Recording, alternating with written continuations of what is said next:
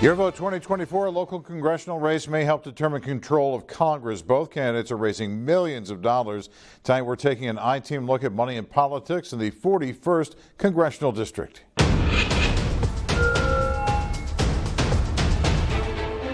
The Democratic challenger, Will Rollins, has the lead, at least when it comes to money. People know that this is going to be one of the closest House races in the entire country that's going to decide the House majority. On the other side, I zoomed with Republican incumbent Ken Calvert from this week's Republican National Convention.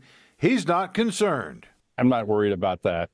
We continue to raise what we had budgeted for, and we're going to be able to have enough resources to get our message out. It's a lot of money. Rollins with over $7 million raised, $4.7 million cash on hand at the end of the second quarter. Calvert with over $5.7 million raised and $3.6 million cash on hand going into the home stretch.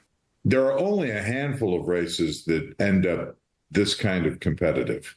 Varies from cycle to cycle, but a small amount of them get in this very narrow category, which generally people call toss-ups. Brendan Glavin from OpenSecrets.org helping me break down the 41st Congressional District. So if we're at close to 13 million now, how high could this go? Could definitely, like I said, with last year we had over $30 million was the top House race for candidate money.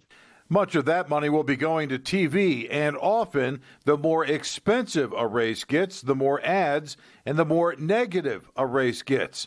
I asked both candidates about the tone in the wake of last week's assassination attempt. One of the things I've learned with this assassination attempt is rhetoric and personal attacks are not healthy for the political system in this country. It's incumbent upon all of us who are running for office to say that loudly and clearly, and to take the temperature down and to make it clear that we can disagree and still be civil, that you can love your neighbor even if they vote for Joe Biden or Donald Trump or Ken Calvert or Will Rollins. Rollins believes he has a better shot this time around because voter turnout will be higher. In 2022, Calvert beat Rollins by 4.7 points, a little over 11,000 votes.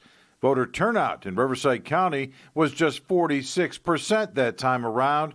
In the last presidential election in 2020, it was nearly 82%. I think historically, you just look back at this district, and every year, no matter who's been running, the turnout increases close to 50% in Riverside County in presidential elections. Last time, the candidates did not debate. This time, it remains up in the air if they'll meet face to face.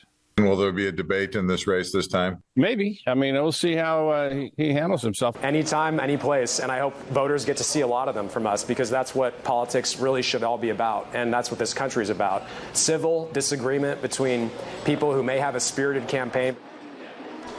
The election now 109 days away on November 5th. Stay with News Channel 3 for continuing Your Vote 2024 coverage on this race and all of your local elections.